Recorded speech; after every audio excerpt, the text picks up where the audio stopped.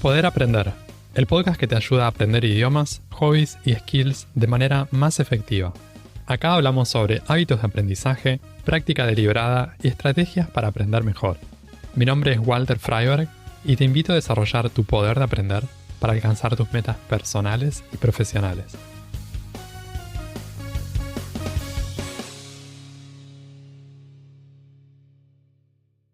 Mejorar en una habilidad que nos interesa puede parecer una tarea abrumadora. Muchas veces nos complicamos innecesariamente pensando en recursos o técnicas en vez de usar principios. En este episodio vamos a ver algunas máximas y principios generales que pueden aplicar a una gran variedad de habilidades, todas basadas en el último libro de Scott Young, Get Better at Anything, que podríamos traducir al español como Mejora en cualquier cosa. ¿Cómo podemos aprender de los demás de manera más efectiva? ¿Qué prácticas nos pueden servir más para progresar a mayor velocidad? ¿Cómo podemos obtener feedback de calidad que realmente nos impulse a mejorar? Estas son algunas de las preguntas que exploramos en el episodio número 64 de Poder Aprender. Para quienes no lo conocen, Scott Young es el autor de Get Better at Anything y también el autor del libro Ultra Learning, pero él viene escribiendo desde hace muchos años en su blog sobre aprendizaje.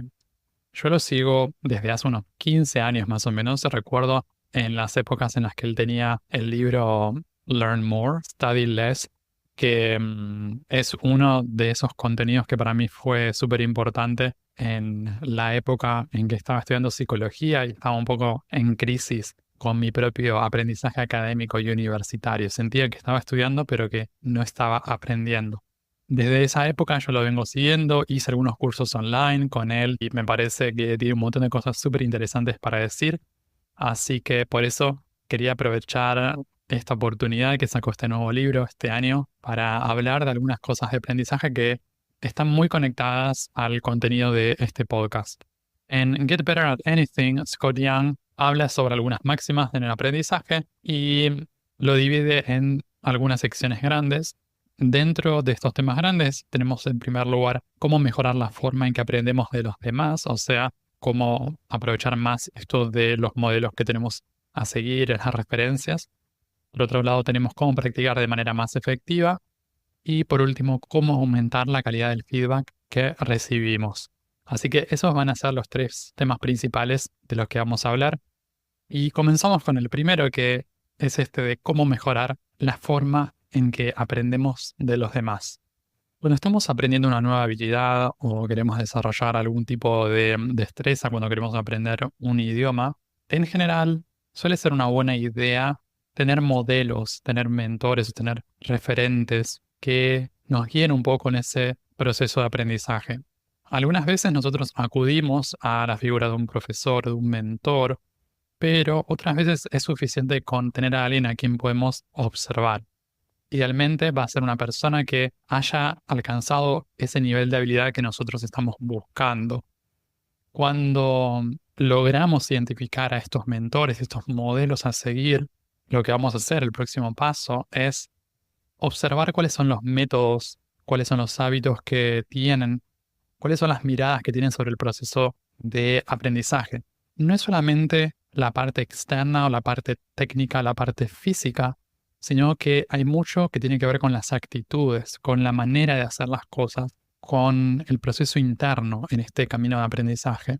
Gran parte del beneficio que obtenemos de pasar tiempo y de estar en contacto con estas personas tiene que ver con todo eso que funciona a un nivel más sutil y más interno, algo que quizás no se ve a simple vista. Las comunidades y los grupos de aprendizaje pueden ser muy buenos lugares para poder entrar en contacto con personas que tienen esas mismas inquietudes de aprendizaje que nosotros.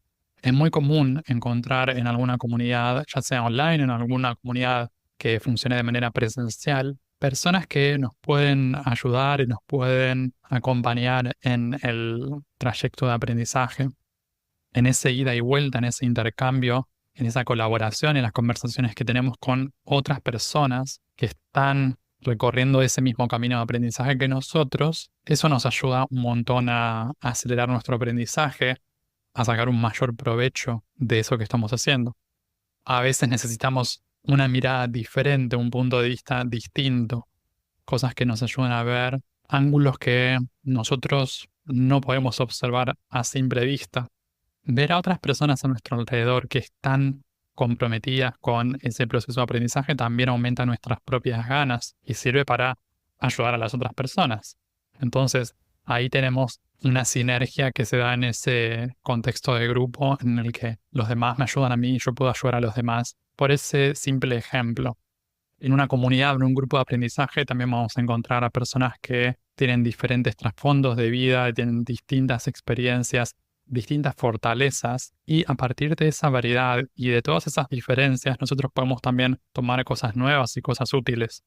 Una forma importante en este proceso de aprender de los demás tiene que ver con la observación y la imitación de lo que hacen. En general empezamos por imitar o hacer algo de la misma manera que el mentor o la persona que nos acompañó o que nos está acompañando, y tal vez en un segundo momento podemos buscar o intentar adaptar eso a algo que quede mejor con nosotros. Cuando tomamos cierta manera de hacer las cosas o cierta forma de aprender algo, cierta técnica de una persona que admiramos o que nos parece que alcanzó ese nivel de destreza que a nosotros nos gustaría tener, a veces eso solo es suficiente como para apropiarnos e imitar ese método, ese sistema, porque tenemos confianza ya en los resultados que puede traer eso. Si conocemos o si vemos a una persona que obtuvo buenos resultados con una cierta manera de hacer las cosas, entonces es posible que nosotros también podamos obtener resultados similares. A veces no, a veces la forma que tiene otra persona o el método de otra persona a mí no me gusta, no me interesa o no me queda muy cómodo, y por esa razón tal vez no voy a poder obtener el mismo resultado. Pero si sentimos una inclinación hacia una persona en particular, es posible que tengamos una receptividad hacia la forma de esa persona de encarar su aprendizaje, la manera en que está desarrollando habilidad. Claro, puede ser que tal vez nos gusten los resultados que tiene esa persona, y vemos el desempeño, lo que se ve de afuera, pero después cuando conocemos un poco más o cuando aprendemos sobre lo que hizo esa persona en particular, quizás decimos, no, tal vez esto me resulta muy analítico, muy técnico, o me parece como muy intuitivo, o muy vago, o muy general. Entonces ahí es donde tenemos que ver si adoptamos eso o no. Pero puede ser un buen comienzo esto de tomar la misma forma que tiene la otra persona y darle una oportunidad de probarlo sobre nosotros. El segundo tema general, la segunda categoría, es esta de cómo practicar de manera más efectiva. Esto es algo que también a mí me resuena por, bueno, el final del podcast siempre es acuérdense de practicar bien. No es solamente la cantidad de la práctica, también es la calidad especialmente. Está bueno lo de la frecuencia y todo eso, pero necesitamos calibrar la dificultad de la práctica, el desafío y distintos factores. Uno de los clásicos en esto de la práctica efectiva es la práctica deliberada, y es una práctica que vamos a tener que aplicarla en cosas específicas que requieran de algún tipo de mejora en particular. Esta práctica que nos ayuda a avanzar a un paso sostenido y que resulta efectiva, muchas veces no se va a sentir tan agradable por el simple hecho de que requiere un esfuerzo y requiere trabajo y que nos está acercando, nos está empujando un poquito fuera de nuestra zona de confort. Entonces necesitamos estar dispuestos y estar abiertos a encontrarnos en ese lugar que nos puede empujar hacia la expansión de nuestro nivel de habilidad actual. Hay un punto en particular que necesitamos poder encontrar en el que el desafío que sentimos puede ser lo suficientemente alto, pero sin llegar a ser abrumador y que nos sobrepase. Si estoy aprendiendo un idioma, por ejemplo, y quiero ver una película en el primer día, sin subtítulos, una película de 2 horas y pretendo entender la mayoría, y lo eso va a ser un poco ambicioso y como un poco abrumador también como para empezar. Por eso necesito que el nivel de dificultad y el nivel de desafío sea adecuado para que eso promueva mi aprendizaje. Necesito, por un lado, que no sea ni demasiado difícil, pero tampoco que no sea demasiado fácil.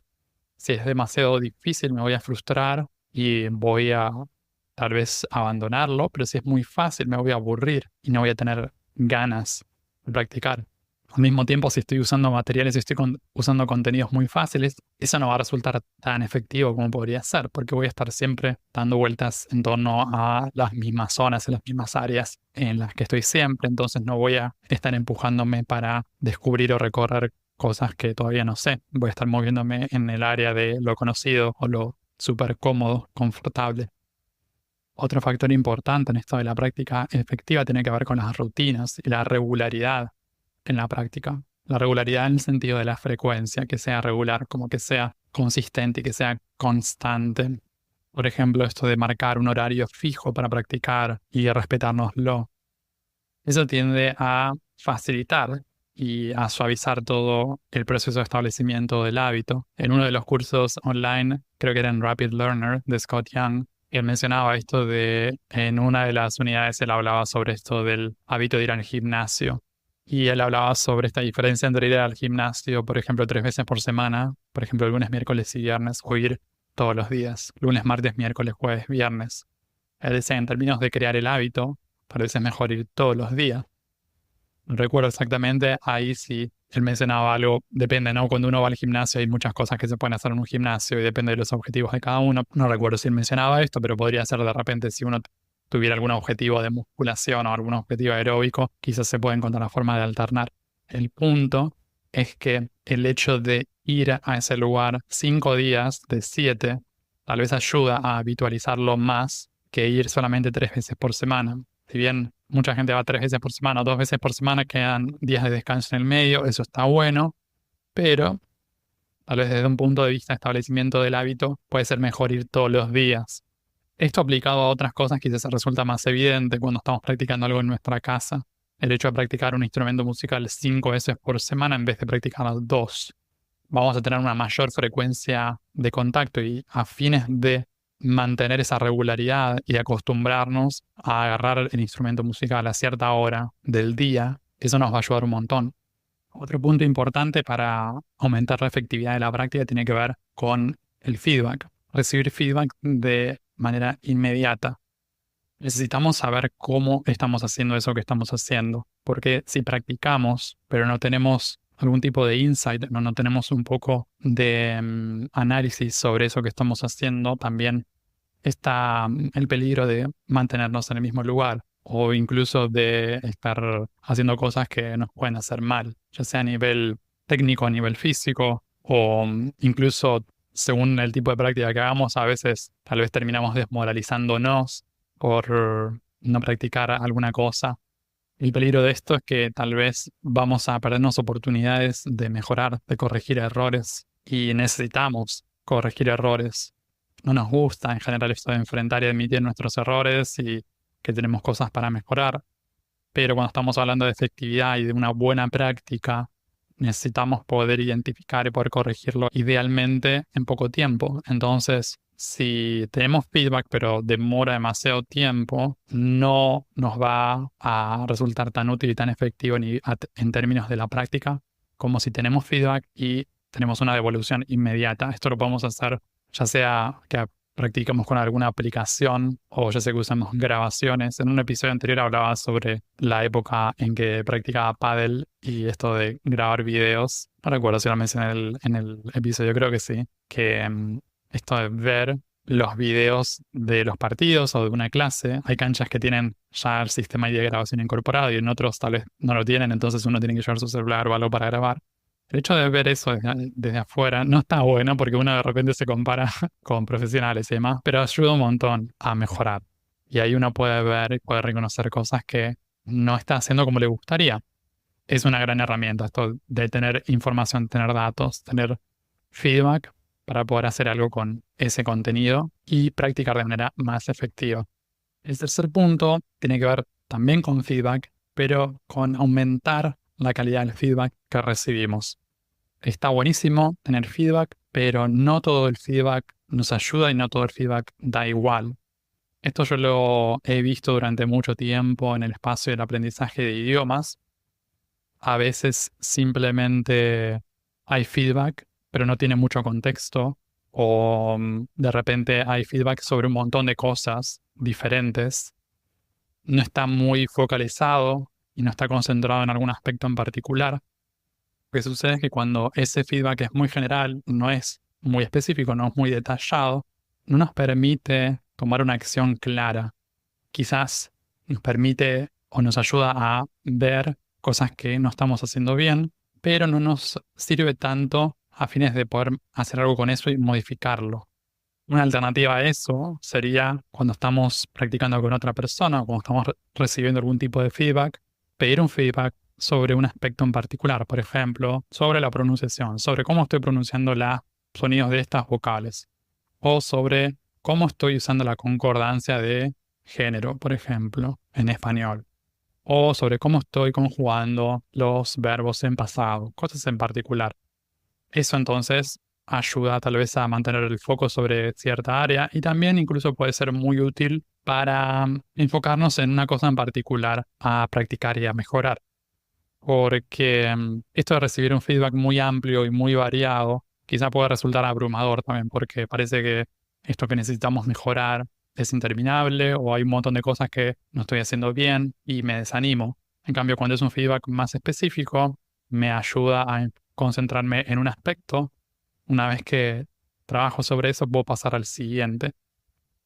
Por otro lado, también es importante en esto del feedback, recibir feedback en un entorno seguro y que a nosotros nos resulte amigable y que nosotros consideremos como un lugar amable, que sea un lugar que nos dé feedback constructivo en vez de destructivo.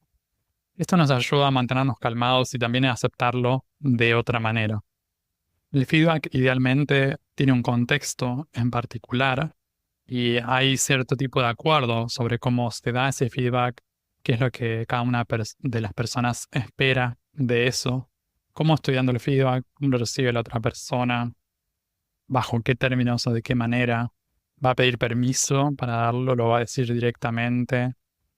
Todas esas cosas tienen que ver con esto de crear un entorno seguro en el que la persona pueda recibir esas indicaciones de mejora de manera tal que le permitan después hacer algo con eso, implementarlo y tenerlo en cuenta.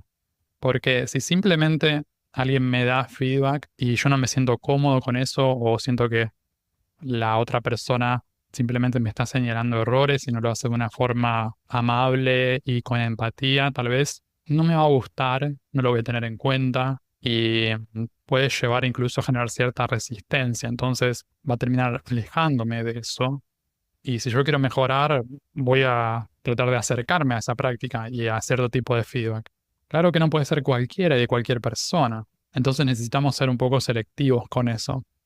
Si tomamos clases de algo, si recibimos coaching de algo, podemos elegir, no es que estamos obligados a hacerlo con esta persona o esta otra persona. Es importante ahí dar lugar a conocer a la otra persona, a ver cómo nos sentimos con ella, ver si nos inspira confianza, si nos sentimos cómodos, si nos resulta agradable, qué tipo de feedback nos da, si nos sirve o no nos sirve. ¿Nos sentimos seguros, nos sentimos cómodos con eso? Entonces, con todos esos factores ahí podemos aumentar la calidad de todo ese proceso general en el que vamos a estar inmersos. Y después la otra parte que tiene que ver con el feedback es la de la acción y la implementación, porque cuando alguien me da feedback sobre un aspecto en particular de mi desempeño, ya sea en una habilidad, ya sea en skills o ya sea en idiomas, no termina ahí la cosa. Necesito ponerlo en práctica, necesito hacer algo, necesito actuar con eso. Va a ser importante acá tomar cierta acción y también observar y reflexionar sobre cuáles fueron los resultados de esas acciones. ¿Es algo que me sirvió? ¿No me sirvió? ¿Cómo cambió mi experiencia el hecho de haber implementado este feedback, de haber recibido este feedback y de haberlo implementado? Si me fue bien con eso, ¿cómo podría volver a repetirlo? ¿Cómo podría instaurar algún tipo de mecanismo de sistema como para volver a obtener esos mismos resultados y esos mismos beneficios? ¿Qué maneras podemos usar también de darnos cuenta si eso nos sirvió o no nos sirvió? ¿Qué tipo de feedback estamos necesitando en este momento? qué tipo de feedback nos gusta recibir, cómo nos gusta recibir ese tipo de feedback, también de qué maneras. Y acá tenemos que tener en cuenta también que hay feedback y feedback, ¿verdad? Hay feedback positivo que nos destaca las cosas que estamos haciendo bien, hay feedback que nos muestra oportunidades para mejorar y vamos a necesitar de eso, porque no es simplemente quiero que me digan todo lo que hice bien, no quiero que me señalen cosas que hice mal, que podría mejorar, porque en ese caso va a estar difícil esto del crecimiento y el desarrollo de habilidad. Pero entre esas cosas que podemos mejorar, hay maneras y maneras de decirlo. Entonces ahí está esto de elegir con quién queremos intercambiar feedback, de quién queremos recibir feedback, esto de que sea específico, como decíamos antes, y después lo de implementarlo. Mejorar en algo requiere de una dosis de ambición y deseo de superación. Y para concretar esas mejoras, también necesitamos de la ayuda de los otros a lo largo del proceso. Ante el avance de la tecnología y herramientas de inteligencia artificial, a veces podemos perder de vista que aún necesitamos de los seres humanos para mejorar. Podemos aprender a partir de modelos inspiradores y de buenos ejemplos. También podemos aprender a practicar mejor, algo que puede venir de la mano de coaches y mentores. Por último, necesitamos criterio para juzgar la calidad del feedback que vamos recibiendo para seguir mejorando. Si nos enfocamos en ir mejorando al menos un poquito en lo que nos importa, podemos llegar a lograr grandes cosas. Puedes escuchar Poder Aprender en las principales plataformas de podcast y en YouTube. También te invito a suscribirte al newsletter semanal en poderaprender.com para enterarte de los nuevos episodios del podcast y otras novedades para aprender mejor. En redes sociales puedes buscar este podcast como Poder Aprender. Encontrá todos los links en la descripción. Y si te gusta mucho, si te sirve el contenido del podcast, te invito a dejar una reseña y una calificación de 5 estrellas en Spotify o Apple Podcasts para que estos episodios lleguen a más personas y que más gente pueda aprender mejor. Eso es todo por ahora. Nos vemos en un próximo episodio.